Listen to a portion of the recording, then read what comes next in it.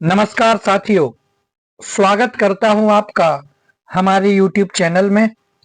CTET की परीक्षा दिसंबर 2024 में आयोजित होने वाली है और उसी को आधार बना करके हम CDP के प्रश्नों का अभ्यास कर रहे हैं कि इसमें किस तरीके के प्रश्न पूछे जाते हैं, किस तरीके के प्रश्न पूछे जा सकते हैं और कौन कौन मनोवैज्ञानिक से संबंधित कौन कौन से सिद्धांत हैं और उनसे भी किस तरीके के प्रश्न पूछे जाते हैं, इस पर हम अपनी तैयारी कर रहे हैं। तो इसी श्रृंखला में हम पिछले 6 वीडियो में लगभग 180 प्रश्नों का अभ्यास कर चुके हैं और आज 7वीं कक्षा में 181 से लेकर के 210 नंबर तक के प्रश्नों का अभ्यास हमें करना है। आइए तो बिना किसी देरी के शुरू करते हैं हम अपनी आज की CDP प्रश्नोत्तरी की 7वीं कक्षा। और 181 नंबर का प्रश्न ये रहा आपके सामने। एक अध्यापिका अपनी कक्षा के लिए लेव वाइगोत्स्की के सामाजिक संरचनावादी सिद्धांतों पर आधारित शिक्षण अधिगम प्रक्रिया तैयार करना चाहती है।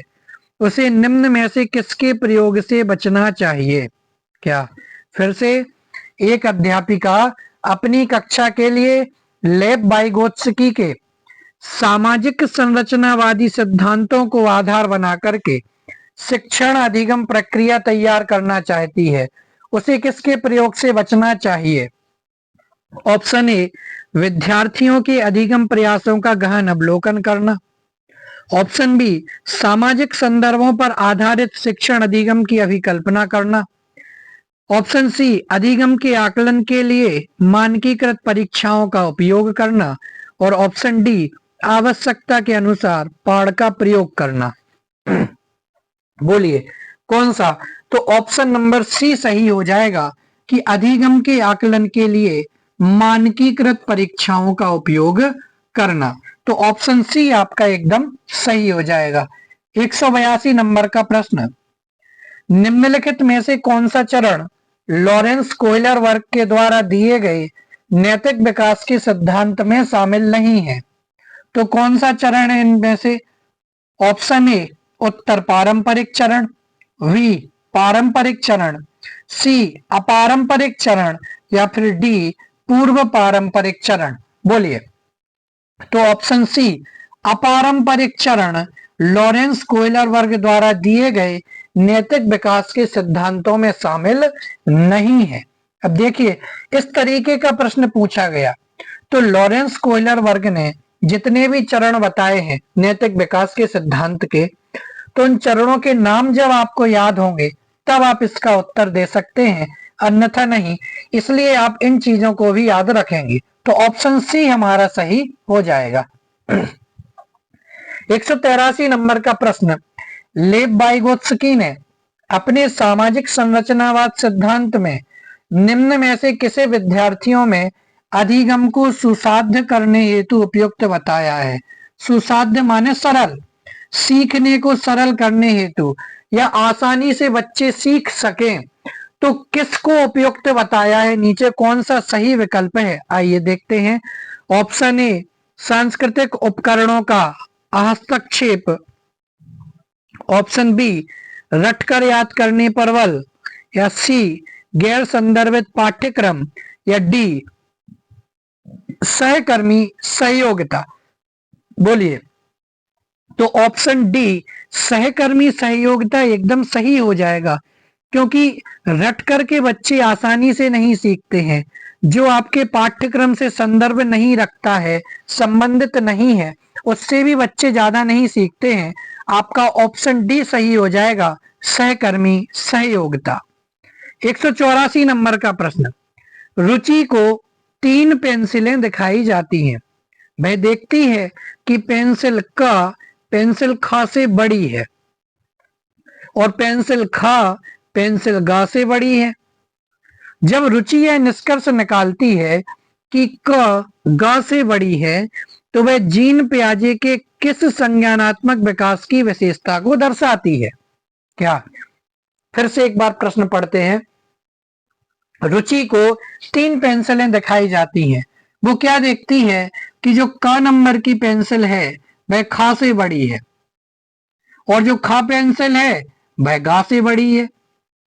जब रुचि यह निष्कर्ष निकालती है कि क ग से बड़ी है तो वह जीन पियाजे के किस संज्ञानात्मक विकास की विशेषता को दर्शाती है?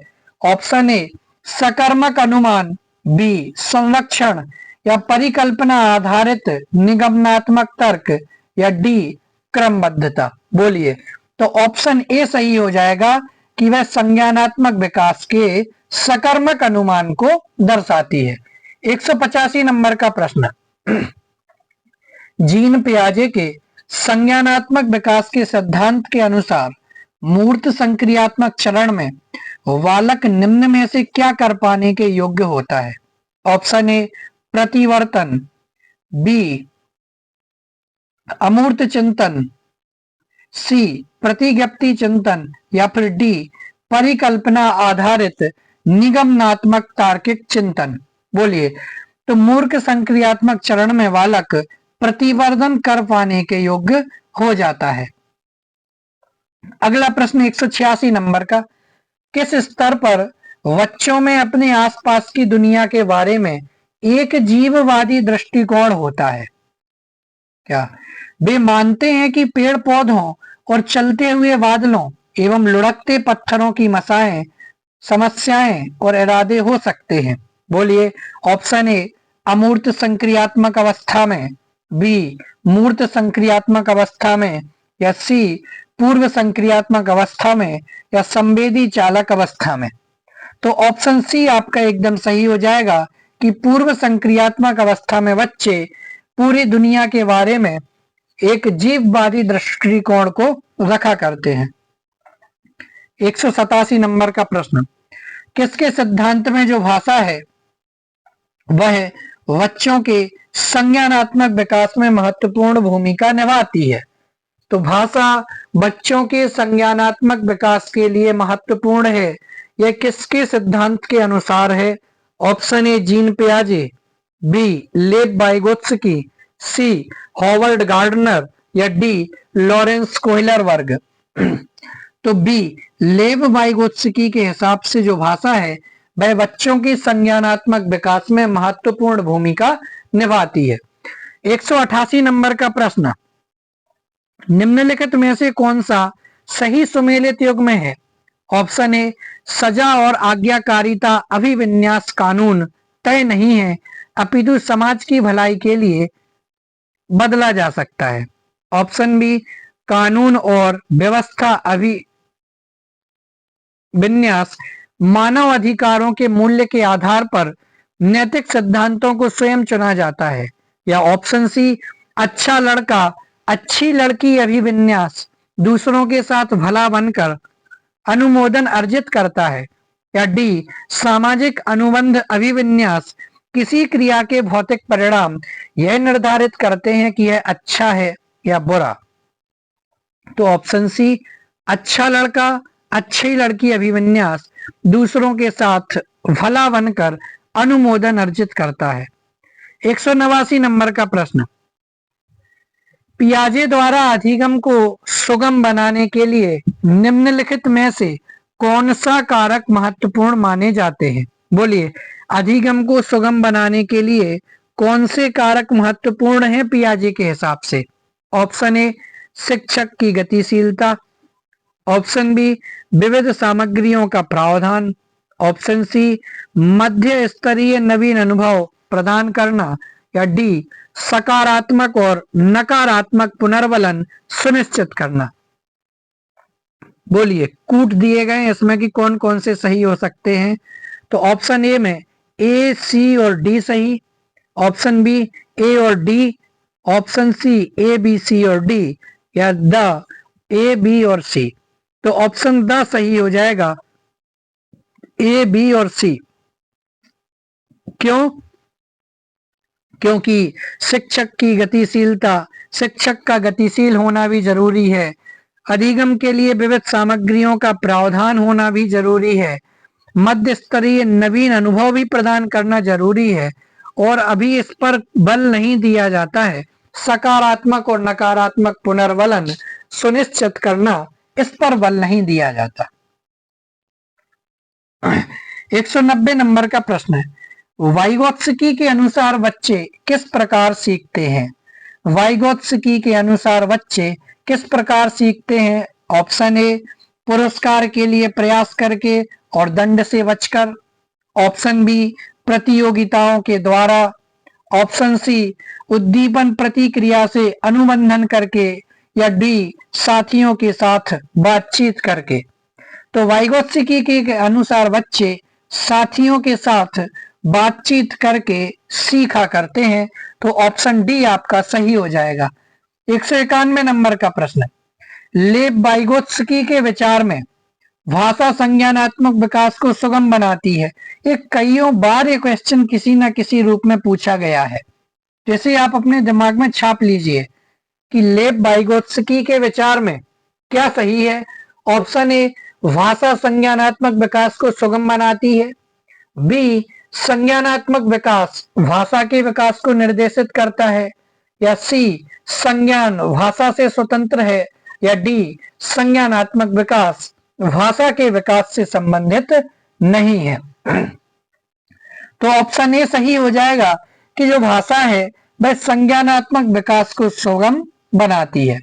192 नंबर का प्रश्न, लोरेंस कोहलरबर्ग के नैतिक विकास के सिद्धांत के किस चरण में बच्चे दूसरों के इरादों की उपेक्षा करते हैं और इसके बजाय अधिकार और नकारात्मक परिणामों के डर पर ध्यान केंद्रित करते हैं?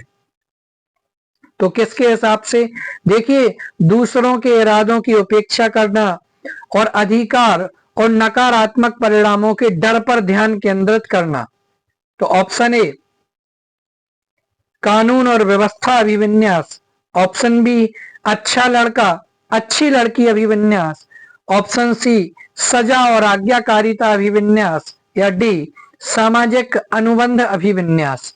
तो आपका ऑप्शन सी सही हो जाएगा कि सजा और आज्ञाकारिता अभिविन्यास के अंतर्गत बच्चे दूसरों के इरादों की उपेक्षा करते हैं और इसके बजाय अधिकार और नकारात्मक परिणामों के डर पर ध्यान केंद्रित करते हैं। 193 नंबर का प्रश्न, पियाजे के अनुसार एक शिक्षक का खाली स्थान और खाली स्थान होना बहुत आवश्यक है। तो दो प्रश्न दो आपसे पूछे गए हैं। तो ऑप्शन ए, गतिशील और लचीला। बी, यांत्रिक और व्यवहारवादी। ऑप्शन सी, संरचित और अनम्य। या डी, सहानुभूतिपूर्ण और पारदर्शी। तो ऑप्शन ए हो जाएगा गतिशील और लचीला। तो एक शिक्षक का गतिशील और लचीला होना बहुत आवश्यक है। किसके अनुसार? तो जीन पियाजे के अनुसार। जीन पियाजे के अनुसार एक शिक्षक का गतिशील और लचीला होना बहुत आवश्यक है। 194 नंबर का प्रश्न, लेव वाइगोत्स्की के अनुसार निम्नलिखित में से कौन से कारक बच्चों के संज्ञानात्मक विकास को सुगम बनाते हैं? ऑप्शन ए, सांस्कृतिक उपकरण। बी, सामाजिक संपर्क। सी, संतुलन। या डी, पुरस्कार। तो बोलिए, कौन से वो कारक हैं जो बच्चों के विकास को सुगम बनाते हैं? तो कूट दिए गए यहां पर 4, ऑप्शन ए और बी, ऑप्शन ए और सी, ऑप्शन सी और डी, या ऑप्शन बी और सी। तो यहां पर ऑप्शन ए और बी, ए सही हो जाएगा। इसमें से क्या बताया कि लेव वाइगोत्स्की के हिसाब से जो कारक हैं उसमें सांस्कृतिक उपकरण और सामाजिक संपर्क, ये दोनों कारक बच्चों के संज्ञानात्मक विकास को सुगम बनाते हैं। अगला प्रश्न देखते हैं 195 नंबर का, पूर्व संक्रियात्मक अवस्था में कौन सी संज्ञानात्मक क्षमता आती है? पूर्व संक्रियात्मक अवस्था में कौन सी संज्ञानात्मक क्षमता आती है? ऑप्शन ए, परिकल्पनात्मक निगमनात्मक सोच की क्षमता। दूसरे का नजरिया लेने की क्षमता, लक्ष्य निर्देशित व्यवहार की क्षमता, या अमूर्त सोच की क्षमता। तो ऑप्शन ए आपका सही हो जाएगा, परिकल्पनात्मक निगमनात्मक सोच की क्षमता पूर्व संक्रियात्मक अवस्था में आ जाती है। 196 नंबर का प्रश्न, लॉरेंस कोयलर वर्ग के द्वारा प्रतिपादित नैतिक विकास के किस स्तर पर व्यक्ति यह तर्क करता है कि मानवाधिकार व न्याय सबसे आवश्यक है, भले ही वह सामाजिक कानून के विरुद्ध हो? क्या? तो कौन से स्तर पर? अच्छा लड़का अच्छी लड़की अभिविन्यास, अधिकारिता एवं सामाजिक क्रम व्यवस्था अभिविन्यास, सार्वभौमिक नैतिक सिद्धांत अभिविन्यास, या डी आज्ञा पालन एवं दंड अभिविन्यास? तो ऑप्शन सी आपका सही हो जाएगा, सार्वभौमिक नैतिक सिद्धांत अभिविन्यास। 197 नंबर का प्रश्न, किस अवस्था में बच्चे वस्तु स्थायित्व की समझ तो बना लेते हैं परंतु यह नहीं समझ पाते हैं कि क्रियाएं परिवर्तनीय हैं और उनके निर्णय चीजों की मौजूदा दिखावट पर निर्भर करते हैं? चलिए, तो ऑप्शन ए संवेदी चालक, ऑप्शन बी पूर्व संक्रियात्मक, सी मूर्त संक्रियात्मक, या फिर डी अमूर्त संक्रियात्मक? तो जो पूर्व संक्रियात्मक अवस्था है ना, उसमें बच्चे वस्तु स्थायित्व की समझ तो बना लेते हैं लेकिन ये नहीं समझ पाते कि जो क्रियाएं होती हैं वो परिवर्तनीय है और उन्होंने जो भी निर्णय लिए हैं वो वर्तमान की मौजूदा दिखावट पर ही निर्भर करते हैं। 198 नंबर का प्रश्न है, पूर्व संक्रियात्मक अवस्था के बच्चों के लिए शिक्षक को क्या करना चाहिए? तो ऑप्शन ए मूर्त संसाधनों व बहुत सी दृश्य श्रव्य सामग्री का प्रयोग करना चाहिए, ऑप्शन बी परिकल्पनात्मक सोच वाली समस्याओं को सुलझाने के मौके उपलब्ध कराने चाहिए, ऑप्शन सी जटिल पदानुक्रमित संबंधों को दिखाते हुए चित्रों का प्रयोग करना चाहिए, या डी अमूर्त समस्याओं पर काम करने के लिए कहना चाहिए। तो भैया पूर्व संक्रियात्मक अवस्था में बच्चों को मूर्त संसाधनों व बहुत सी दृश्य श्रव्य सामग्री का प्रयोग करना चाहिए ताकि उनके अधिगम को सरल बनाया जा सके। 199 नंबर का प्रश्न, लेव वाइगोत्स्की का मानना था, क्या मानना था? कि सीखना केवल ज्ञान का अवशोषण है, ज्ञान को शिक्षकों द्वारा विद्यार्थियों को निष्क्रिय तरीके से पोषित किया जा सकता है, सीखना इनाम के प्रति एक नियंत्रित प्रतिक्रिया है, या ज्ञान का सहनिर्माण उस क्षेत्र से होता है जो बच्चे के स्वतंत्र रूप से कार्य करने व दूसरों की मदद करने से है? तो ऑप्शन डी आपका सही हो जाएगा। 200 नंबर का प्रश्न, लेव वाइगोत्स्की का सिद्धांत मुख्य रूप से क्या व्याख्या करता है? ऑप्शन ए समाजीकरण के जीव पारिस्थितिकीय मॉडल को, बी अभिप्रेरणा पर आरोपण प्रतिरूप के प्रभाव को, सी आनुवांशिकता के प्रभाव विकास पर प्रभाव को, या डी संज्ञानात्मक विकास में सांस्कृतिक उपकरणों के योगदान को? तो आपका ऑप्शन डी सही हो जाएगा कि संज्ञानात्मक विकास में सांस्कृतिक उपकरणों के योगदान को यह परिभाषित करता है। 201 नंबर का प्रश्न, कि निम्नलिखित में से कौन सी उम्र समूह जीन पियाजे के संज्ञानात्मक विकास के सिद्धांत के मूर्त संक्रियात्मक अवस्था या चरण के समानुरूप है? 2 से 7 साल, 7 से 11 साल, 11 साल से ऊपर, या जन्म से 2 साल? तो ये मैंने आपको बताया था कल कि 7 से 11 साल तक की जो अवस्था है वह मूर्त संक्रियात्मक अवस्था में आती है या इसके समानुरूप होती है। चलिए, 202 नंबर का प्रश्न, भाषा एवं विचार पर लेव वाइगोत्स्की क्या सुझाते हैं? ऑप्शन ए भाषा संज्ञानात्मक विकास को निर्देशित करती है, ऑप्शन बी भाषा और संज्ञान में कोई संबंध नहीं है, ऑप्शन सी संज्ञान भाषा से स्वतंत्र है, या ऑप्शन डी संज्ञानात्मक विकास भाषा को निर्देशित करती है? तो भाषा संज्ञानात्मक विकास को निर्देशित करती है, आपका ऑप्शन ए सही हो जाएगा। 203 नंबर का प्रश्न है, सीखने का क्लासिकल कंडीशनिंग सिद्धांत प्रतिपादित किसने किया था? तो ऑप्शन ए स्किनर ने, बी पावलोव ने, सी थॉर्नडाइक ने, या डी कोयलर वर्ग ने।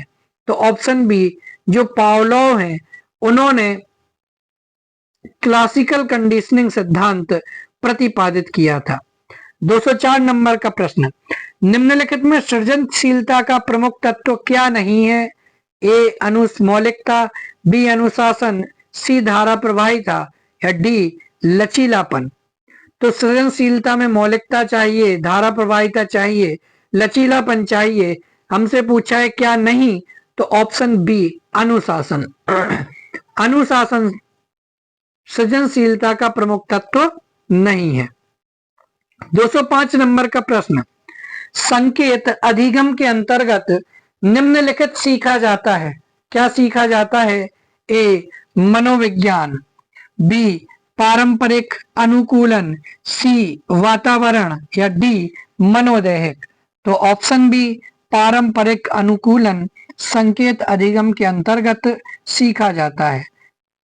प्रश्न नंबर 206, इसको भी 3-4 बार करा चुका हूं कि सीखने के प्रयास और भूल के सिद्धांत का प्रतिपादन किसने किया? तो ऑप्शन बी थॉर्नडाइक, बिना किसी उसके। चलिए 207 नंबर, एक कक्षा में वैयक्तिक विभिन्नताओं के क्षेत्र हो सकते हैं, रुचियों के, सीखने के, चरित्र के, या उपरोक्त सभी। तो वैयक्तिक विभिन्नताएं रुचियों में भी हो सकती हैं, सीखने में भी, चरित्र में भी, इसलिए उपरोक्त सभी आपके सही हो जाएगा। 208 नंबर का प्रश्न, एक 13 वर्षीय बालक बात बात में अपने बड़ों से झगड़ा करने लगता है और हमेशा स्वयं को सही साबित करने की कोशिश करता है, तो वह विकास की किस अवस्था में है? ऑप्शन ए प्रारंभिक बाल्यावस्था, बी किशोरावस्था, सी युवावस्था, या डी बाल्यावस्था। तो ऑप्शन बी किशोरावस्था। किशोरावस्था में, क्योंकि उम्र भी दे दी ना 13 वर्ष।